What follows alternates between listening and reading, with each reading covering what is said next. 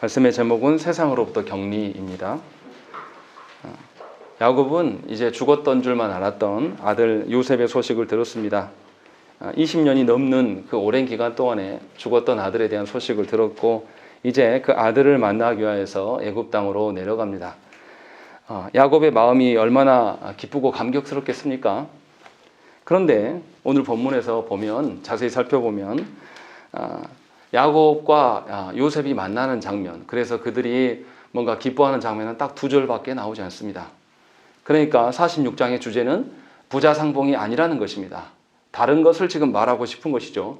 그리고 게다가 오늘 본문에는 8절부터 27절까지 무려 20절이나 족보에 대한 이야기를 하고 있습니다.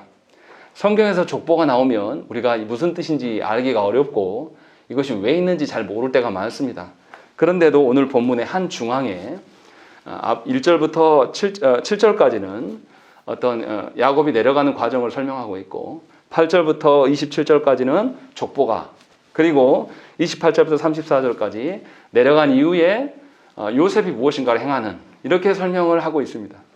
그래서 전 중앙에 족보가 기록되어 있다는 것은 분명히 이 주제가 이 족보와 연계되어 있는 것이고 이 주제에 관련돼서 첫 이야기와 마지막 이야기가 다 연계되어 있음을 우리가 알아야 된다는 것입니다.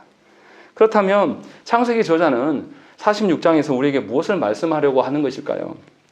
우리의 기대로라면 이제 부자상봉의 감격을 맛보고 그래서 이 가족이 하나 되고 행복하게 살았더라 라는 것으로 끝날 것 같은데, 우리가 흔히 하는 이야기가 그렇죠.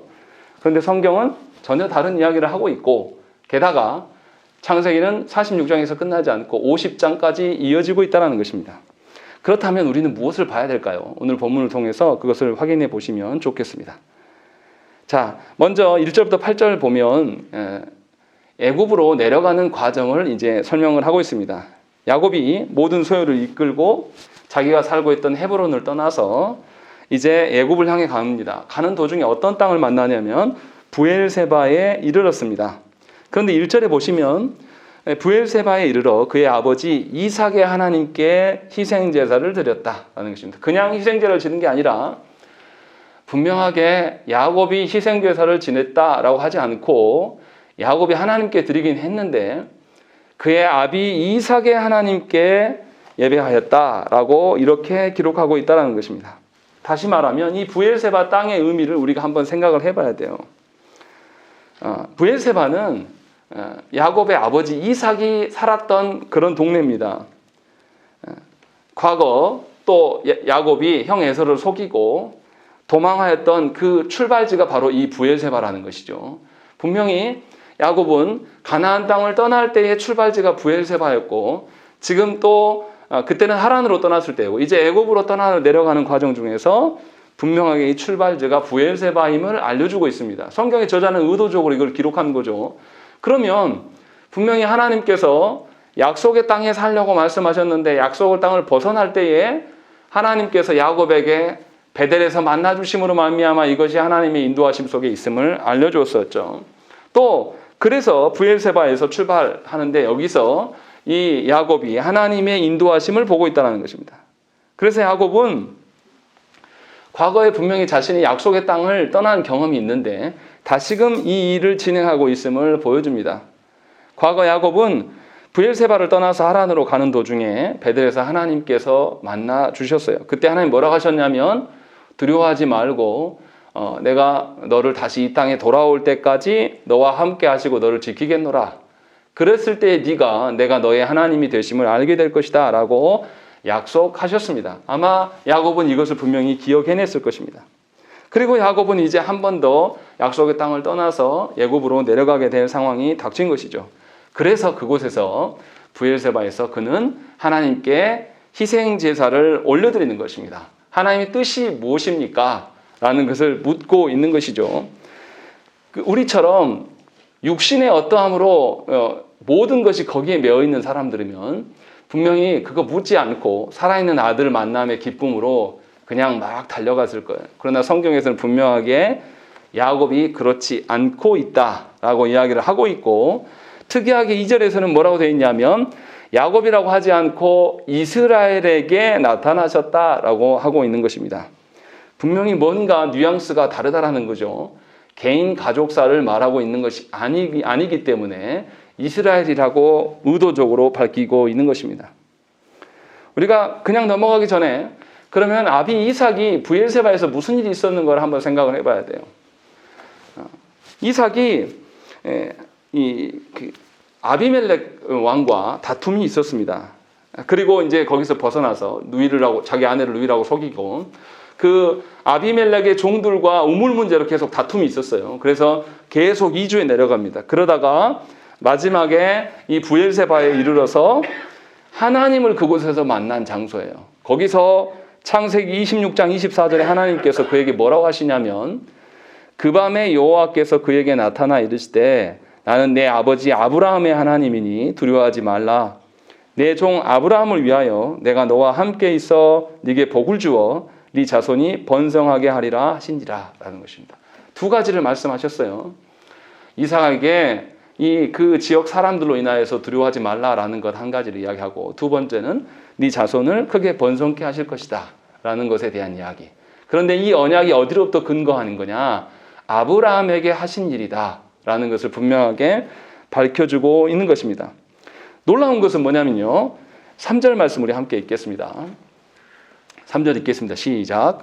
하나님이 이르시되 나는 하나님이라 내 아버지의 하나님이 애굽으로 내려가기를 두려워하지 말라. 내가 거기서 너로 큰 민족을 이루게 하라. 예. 3절에서도 하나님께서 무엇을 약속하십니까? 두려워하지 말라라는 것을 이야기를 하고 또 너로 큰 민족을 이루게 하겠다라는 것을 이야기를 하고 있다는 것입니다. 다시 말하면 지금 야곱에게 약속하시는 것은 이미 그의 아비 이삭에게 약속하신 것이고 이삭에게 약속하실 때 이삭의 아버지 아브라함에게 약속하셨던 것을 기억나게 하셨다라는 것입니다. 다시 말하면 정리하면 이런 거예요. 하나님께서 야곱이 그저 육신의 아들 요셉을 만나려고 지금 애굽으로 내려가는 것이 아님을 알려주고 있는 거예요. 하나님께서는 아브라함에게 약속하셨던 바를 그대로 시행하기 위하여서 아브라함의 아들 이삭에게 알려주셨고 또 이삭의 아들 야곱에게 지금 동일한 약속을 보여주고 계신다는 것입니다. 그러니까 하나님께서 지금 아브라함에게 언약하셨던 아브라함에게 무엇을 언약하셨습니까? 언약의 땅에 대한 약속과 후손에 대한 약속 그리고 그 후손이 애굽에 내려가서 400년간 고통당하다가 다시 약속의 땅으로 돌아오게 될 것들 이 모든 것들을 지금 설명해 주고 있는 것입니다.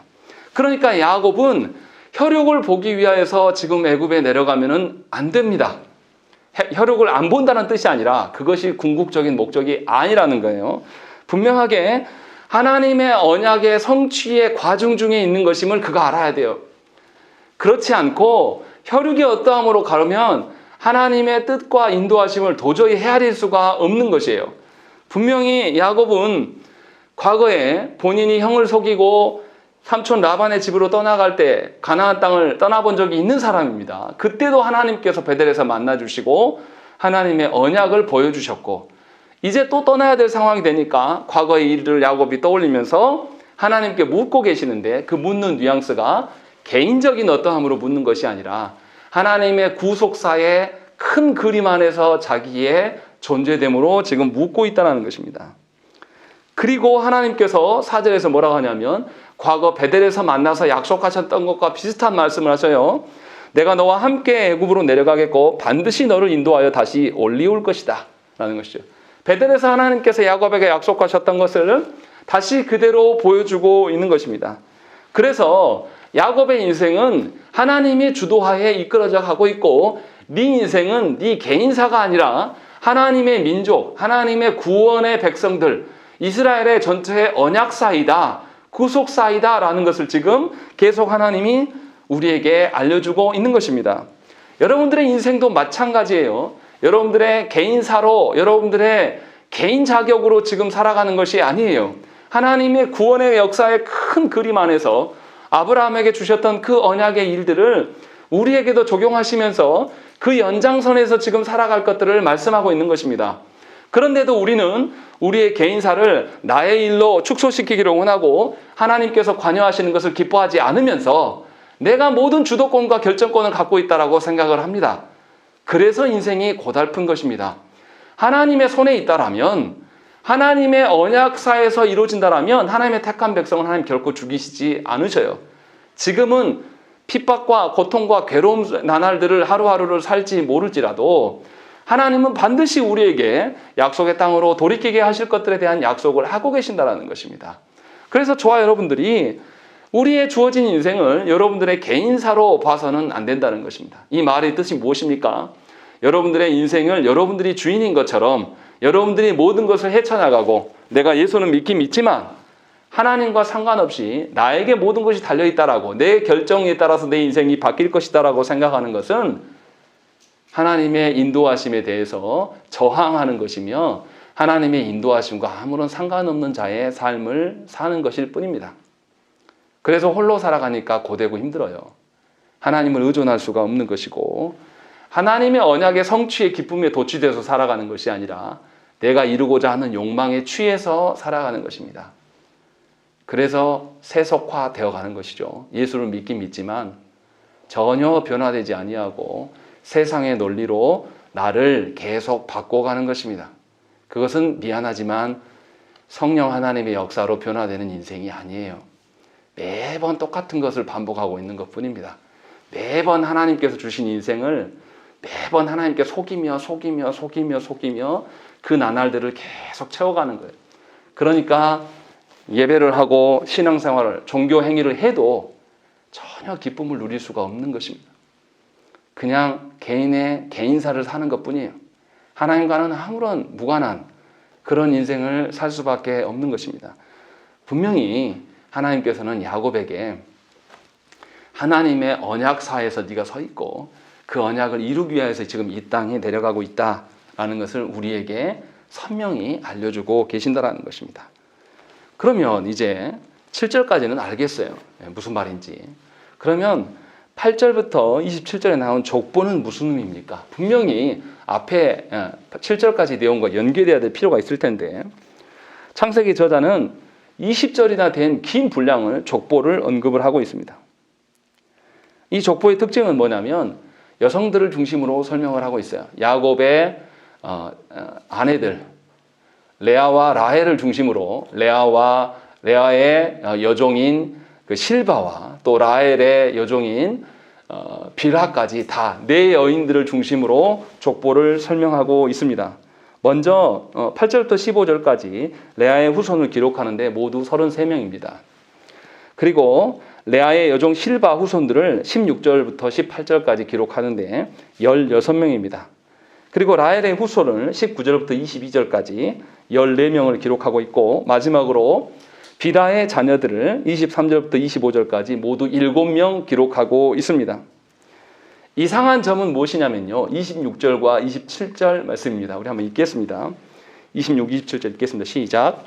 야곱과 함께 그의 연단한 자는 야곱의 며느리들 외에 66명이니 이는 다 야곱의 몸에서 태어난 자이며 애굽에서 요셉이 낳은 아들은 2명이니 야곱의 집 사람으로 애굽에 있는 자가 모두 70명이었더라.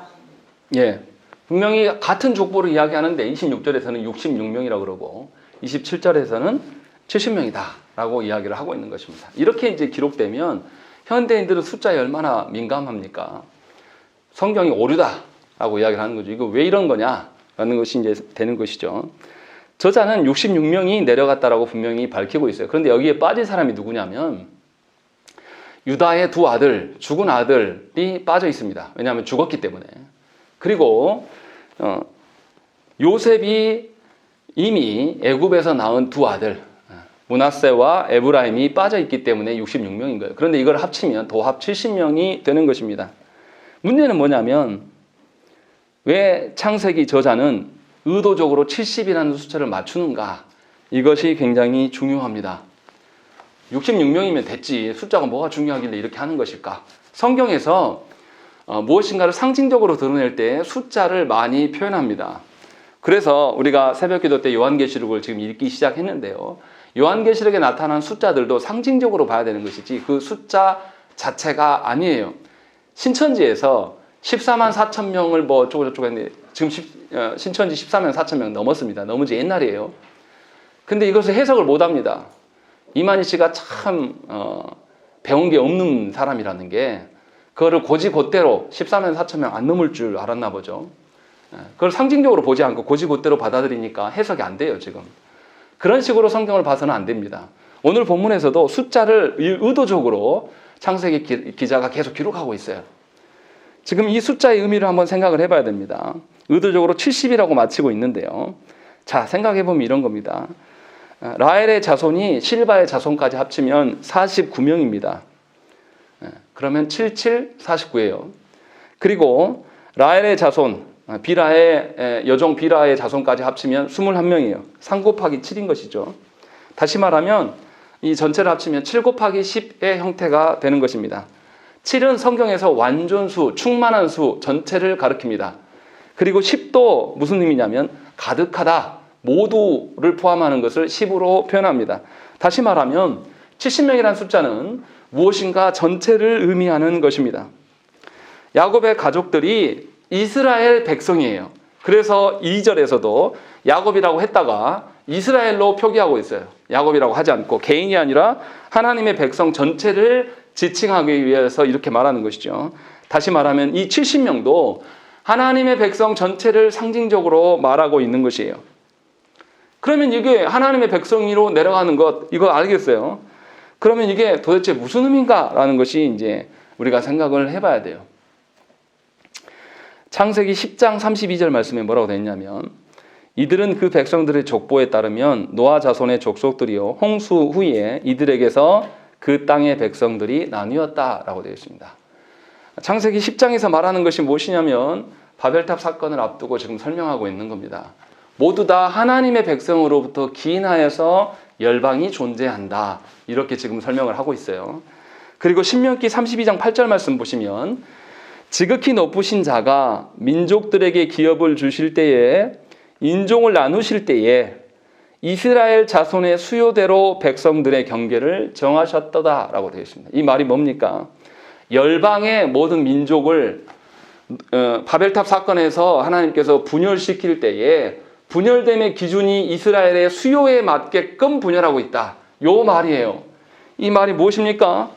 하나님께서 열방의 모든 존재하는 자들을 그 존재하는 기준을 누구에게 맞추고 있냐? 하나님의 언약 백성들에게 맞춰서 열방이 존재하는 형태이다. 이렇게 이야기를 하고 계신다는 것입니다. 다시 말하면 교회는 세상의 근간이 되고 있다. 지금 이 이야기를 이 족보를 통해서 보여주고 있는 것입니다. 이 말의 의미는 야곱이 그냥 개인의 가정사로 애굽으로 내려가는 것이 절대 아니에요. 하나님의 언약의 백성으로서 하나님의 교회로서 지금 이 애굽 땅으로 내려가고 있다는 것입니다.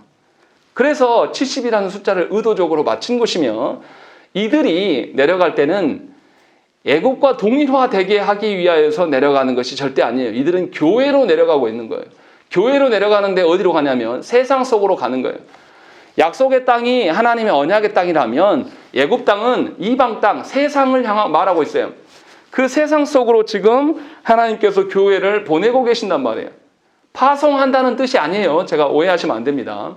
하나님께서 이스라엘 백성들을 애굽으로 보내시는 목적이 무엇입니까? 아브라함에게 약속하셨던 것처럼 400년 동안에 아주 작은 가정의 규모를 국가 단위로 키우기 위하여서 지금 애굽으로 내려보내시는 거예요. 다른 목적이 아니라는 것이죠. 그렇기 때문에 이 이스라엘, 야곱의 가족은 하나님의 교회됨으로 지금 애굽으로 내려가야 돼요. 거기에서 번성하고 충만하여 준 숫자가 될 테지만 분명하게 자신의 정체성들을 잃고 내려가서는 안 된다는 것입니다. 분명하게 하나님의 교회로서 하나님의 언약의 백성으로 세상 속으로 나아가라고 지금 말씀하고 있기 때문에 족보를 기록하고 있는 거예요. 족보가 의미하는 게 무엇입니까? 제가 우리 창녕조 씨 집안의 42대 돈인데 내가 어디서부터 온 사람이고 나의 정체성이 무엇인가를 알려주는 것이 족보예요. 그래서 이스라엘 백성, 이 야곱의 가정이 하나님의 언약 백성임을 확인시켜 주기 위하여서 이 족보를 기록하고 있는 것입니다. 그러니까 야곱은 애굽 가서 잘 먹고 잘 살려고 사는 것이 아니에요. 야곱의 가정이 내려가는 것, 분명히 기근을 피해서 내려가는 것은 맞습니다. 그러나 그것이 주된 목적이 아니라 하나님의 언약 백성으로서 세상으로 가되 하나님의 언약 백성의 정체성을 잃지 말라고 지금 이 이야기를 기록하고 있는 것이고, 교회가 하나님의 어떠하심을 드러내지 못하면 결국은 세상의 모든 것들도 다 와해될 수밖에 없다라는 것을 우리에게 지금 알려주고 있는 것입니다. 우리 시대에 왜 동성애가 이렇게 한국 사회를 지배하고 있을 수 없는 자녀가 부모를 죽이고 이런 일들이 허다한 일로 돼버렸습니까? 교회가 교회의 정체성을 분실하여서 하나님의 공의와 하나님의 정의로우심을 이 땅 가운데 보이지 못했다라는 것입니다. 그로 인하여서 이 사회의 모든 공의가 사라져버린 거예요. 그래서 말도 안 되는 일들이 우리 가운데 늘 존재하게 되는 거예요. 이것에 대한 책임이 누굽니까? 교회에 있다라는 거예요. 분명하게 제가 페이스북에서 썼지만 저희가 교회에 한번 이전해 볼 수 있을까 싶어서 제가 광주의 어느 재개발 지역에 갔어요. 가는데 제가 거기서 놀라운 것을 봤습니다. 지금 거기 블록을 다 붓고 있어요. 그런데 거기 큰 대형 교회가 중앙에, 그 지역의 중앙에 잡고 있고 나머지 작은 교회들이 다 있었어요. 근데 다 작은 교회들에는 재개발 결사 반대 현수막이 전부 붙어 있었습니다. 근데 대형 교회는 그런 게 하나도 없어요. 너무 이상해서 부동산 사장님들한테 물어봤습니다. 이미 교회가 대형 교회에서 재개발 조합들을 다 모였고 그 대형 교회의 장로들이 재개발 위원들이에요. 그래서 건설사하고 이 대형 교회가 합의 다 봐가지고 부동산 자리까지도 다 이미 교회가 먹었다고 그러더라고요. 작은 교회들은 힘이 없고 재정도 없습니다. 거기에 끼지도 못해요. 다 쫓겨나야 됩니다. 교회도 세상하고 꼭 닮아 있어요. 그냥 양극화입니다. 힘 있는 놈이 독식하는 그런 구조를 갖고 있는 것입니다. 그것을 제가 보고 오면서 이거 이사하는 거는 합당하지 않을 수도 있겠다 라는 생각을 했어요. 제가 무슨 말을 하는 거냐면 한국 교회는 이미 세상을 닮아도 너무 닮았습니다. 세상의 대기업 방식으로 교회가 존립하려고 하고 죽어가는 이웃 교회들에 대해서는 대형 교회들이 외면합니다. 신경 쓰지도 않아요. 그들이 어찌 되든 말든 우리만 좋은 자리 차지하고 부동산으로 교회의 수를 늘릴 수 있다라고 하는 생각들, 저도 그런 부분들에 없진 않지만 그것들이 우리 안에 팽배합니다. 이미 교회가 아니에요. 부동산의 논리로 모든 복음을, 사실 복음이 부동산 이겨야 되지 않습니까? 근데 우리 시대는 부동산이 복음을 이기고 있어요. 그리고 모든 성도들도 대형 교회에 복음이 있다라고 생각해서 그렇게 세워진 교회로 다 몰려갑니다. 정말 목양받고 하나님의 교회됨으로 내가 세상에서 살아가는 것이 아니라 이미 나는 교회라고 말하지만 세속화된 인간이에요. 그래서 복음으로 안정을 취하는 것이 아니라 세상의 사업과 돈으로 세상에서 나를 알아주고 내 중심적으로 해줄 때에 기뻐하는 거예요. 저도 목회자지만 목회자들끼리 모여서 무슨 이야기를 하냐면 교회를 키우기 위해서는 성도들을 많이 이해해주고 그냥 기다려줘야 돼. 가르치면 안 된다. 이런 이야기를 해요. 서글픈 현실인 것이죠. 복음이 아무런 능력이 없는 것입니다. 복음이 이미 교회된 사람들도 교회되게 하지 못하고 있어요. 우리가 그런 식으로 말씀을 우습게 여기는 것입니다. 그래서 우리는 어쩌면 하나님 앞에서 교회가 아닐 수도 있어요. 교회로 애굽에 내려가야 되는데 우리는 세상으로 애굽에 내려가는 거예요. 그래서 세상에서 이긴 자가 되고 싶은 거죠. 세상에서 중심이 되고 주역이 되고 싶은 거예요. 그래서 지금 어쩌면 하나님께 기도하는지도 몰라요. 하나님 돈 주십시오. 하나님 건강 주십시오. 하나님 내 자녀가 세상에서 1등 되게 해주십시오. 라는 그런 세상화 되기 위하여서 하나님께 기도하고 예배한다면 그만하셔야 됩니다. 그것은 더 이상 교회가 아니에요. 하나님은 우리를 부르실 때에 분명히 교회로 부르셨고 교회로 세상을 보내셨어요. 그러면 우리가 해야 될 것은 교회 되기 위하여서 세상에 나아가야 돼요. 그런데 우리는 이것을 잃어버린 지 오래됐습니다. 나의 신자됨을 내 존재의 목적으로 두는 분들이 별로 없어요. 교회 안에서만 신자이지 세상에 나가면 누가 신자이고 누가 아닌지 알 수가 없습니다.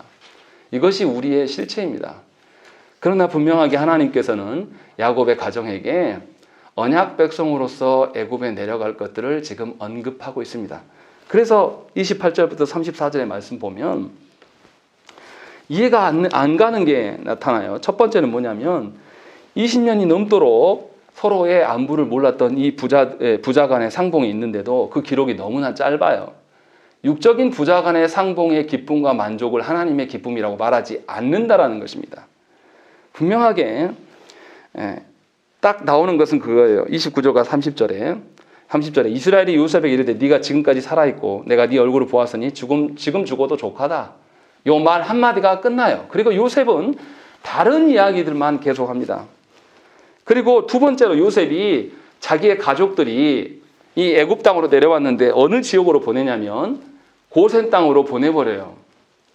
그리고 고센 땅으로 보낸 다음에 뭐라 그러냐면 바로가 묻거든 여러분들은 목축하는 자들입니다. 대대로 목축하는 자들이라고 말을 하십시오 라고 이야기해요. 그리고 34절에 뭐라 되어 있냐면 애굽 사람은 다 목축을 가증히 여기나니 당신들이 고센 땅에 살게 되리이다 라고 이야기하는 것입니다. 아주 나쁜 놈이죠. 아버지를 20년 이상 못 봤는데 아버지를 어느 땅에 보내냐면 애굽에서 편안하고 좋은 어떤 그런 아파트, 우리 말하면 강남에다 모시는 것이 아니라 어디 시골 촌구석에다가 지금 아버지와 형제들을 보내고 애굽 사람들이 극도로 싫어하는 목축업자들임을 밝히라는 거예요. 그래서 애굽 사람들에게 무시당하라. 지금 요 이야기를 하고 있는 것입니다. 왜 요셉이 이렇게 할까요? 이 부분에 대해서 우리가 알아차려야 돼요. 상식적으로 그러지 않습니까? 수십 년 동안 아버지를 못 봤는데 그 아버지에게 극진한 자리를 주고 최고 좋은 그런 장소로 자리를 마련해주고 이 형제들이 먹고 살기까지 다 할 수 있는 것들을 마련해주는 것이 우리의 형제 사랑이고 부모 사랑이에요. 그런데 요셉은 그렇게 하지 않습니다. 그렇게 하지 않고 애굽 사람들과 섞이지 않는 장소로 애굽 사람들이 증오하는 장소로 그들을 몰아가고 있는 것입니다. 왜 하나님께서는 야곱의 가정을 이렇게 세상원에서 멸시받는 장소로 세상에서부터 격리를 시키기 위해서 이렇게 하시는 것일까요? 왜 하나님은 교회를 부르셔서 교회를 세상으로 보낼 때에 최고의 자리, 승자의 자리에 두시지 않고 격리되게 하시고 왕따 당하게 하시는 것일까요? 이것이 오늘 말씀의 사실은 주제예요. 분명히 야곱 일행은 애굽으로 내려가서 더러운 자리로, 더러운 존재로 낙인 찍힐 것입니다. 그리고 애굽 사람들은 이를 거들떠 보지도 않을 거예요. 생각을 해보세요. 반대로 우리의 기대대로 요셉이 아버지를 극진히 모시면서 당시에 광주로 말하면 봉선동에다가 자리를 마련해주고 거기에서 식구들을 두게 하였다면 그 이스라엘들은 어떻게 살았겠습니까? 더 이상 이스라엘이 아니에요. 애굽의 그 화려한 문화에 당시에 가장 강력한 나라, 당시의 문화가 가장 꽃피웠던 그 문화에 전부 이들은 동화되고 애굽화 돼버릴 거예요. 그러면 이스라엘의 정체성은 완전히 사라질 것입니다. 그들은 더 이상 이제 이스라엘이 아니고 애굽 사람들과 함께 결혼하면서 피를 섞어가면서 자신의 정체성을 싹 잃어버릴 거예요. 이제 그리고 2대, 3대가 지나면 어떻게 되겠습니까? 이들은 히브리 말도 다 잊을 겁니다. 히브리 말로 된 하나님의 말씀도 다 잊어버릴 것이고 결국은 그냥 애굽인이 되고 말 것이에요. 하나님께서는 이것을 철저하게 막으신다는 것입니다. 그래서 이 교회된 자들을 교회됨으로 지키시기를 원하세요. 비록 이들이 애굽에서 목축하는 자들로 인하여서 천시당하고 냄새나는 존재들이라고 하면서 노예 취급을 당할지라도 하나님은 그들을 교회됨으로 지키기를 원하신다는 것입니다. 무슨 말씀입니까? 교회는 세상과 단절되어야 합니다. 그렇다고 세상과 소통하지 말라는 뜻이 아니에요. 교회는 거룩한 공동체입니다. 즉 교회는 세상과 구별되어야 된다는 것입니다. 제가 어릴 적에 목회자 자녀로 살아서 보는 사람들마다 그냥 동네 어린아이로 간주하는 것이 아니라 목사님 아들로 보는 것이 정말 싫었어요. 동네의 한 일원으로 인정해 주는 것이 아니라 목사님 자녀라고 하면서 저는 살짝 밀어냅니다. 절대 다 받아주지 않아요. 그들과 동화되어서 하나 되게 살 수가 없어요. 그래서 은근히 밀어냅니다. 이렇게 외면당하는 것이죠. 그래서 제가 목회하지 않겠다라고 어릴 적에 늘 말했어요. 내 사명으로 인하여서 내 자녀들까지 피해를 봐야 되냐. 나는 그렇게 살고 싶지 않다. 그래서 괴로운 나날들이 있었습니다. 그런데 돌이켜서 생각해 보면 목회자로 살았기 때문에 하나님의 말씀 속에서 살았습니다. 하나님이 주시는 은혜가 무엇인지를 이미 초등학교 저학년 때부터 알았습니다. 그때 하나님께 기도하면 정말로 아픈 것이 나아요.